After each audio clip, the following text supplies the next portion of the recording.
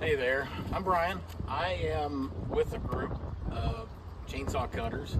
It's actually the Lutheran Early Response Team. We do some disaster response. We've done it all over the country. We actually had a group go down to South America here just last month and did some work down there. So we do it all over the place.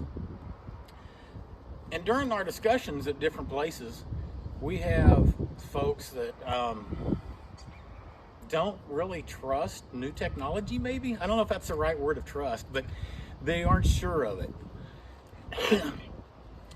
And that's what I want to do today, is do a sample comparison between a battery operated saw, is the 535i, and a gas powered, which is very similar in size, is 435.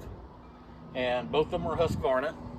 I'm using a 5-layer chap that I have wore for, I don't know, 3 or 4 years, and it's done me good, but I'm going to go ahead and retire it and use it on this sample. And it's also a Husqvarna pair, so let's see how they work and go from there.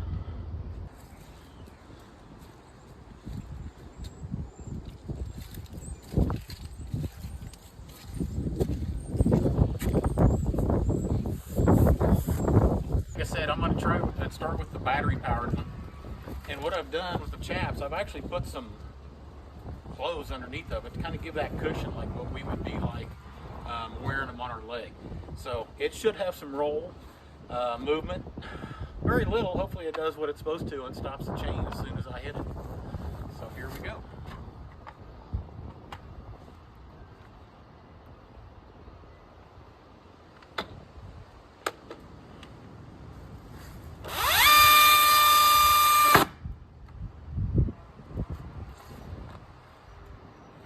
That actually stopped it faster than I thought it was going to. And what I'm going to do now is continue on to see what it does if somebody would hit the trigger again.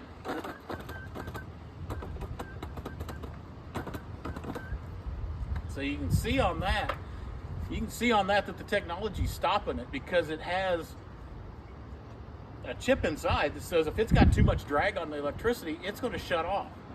So it's doing what it's supposed to. It's not going to continue on, and it's not going to get into your leg.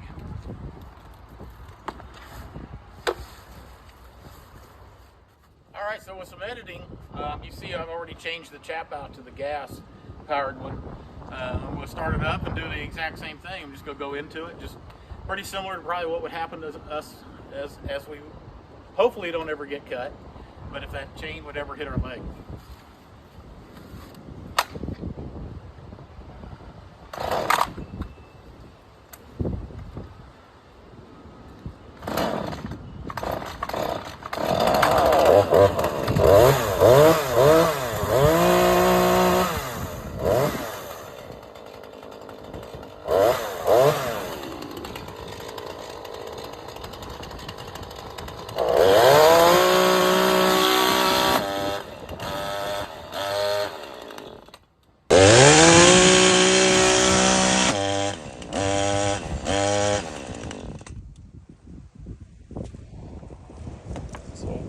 So for a smaller horsepower saw, it stops very fast. If I could go get a bigger saw and do the same thing, it would probably be just about as fast. But I believe, just in this quick sample test, that I would be comfortable with either saw on the job, because a chap, if it is a good quality chap, it's going to do what it's supposed to do. So one of the other things that I did want to show you is with the gas, it did cut in just a little bit further, it seems like. But the strands and the material in here, the Kevlar, it did what it's supposed to. The outside, very outside layer, it did cut through. And then you get in here to this mesh liner, did just fine.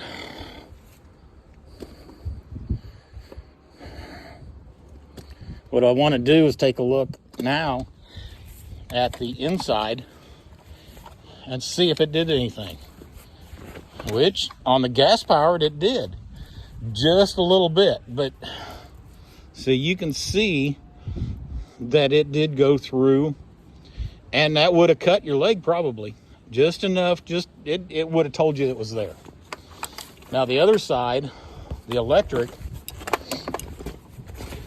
it had a smaller outcome, which is good. It stopped it faster. The electronics did what it was supposed to do. And it did not go all the way through. So I believe in my test and sample comparison that I would not worry about a battery-powered saw on my job site. Thanks. See you next time.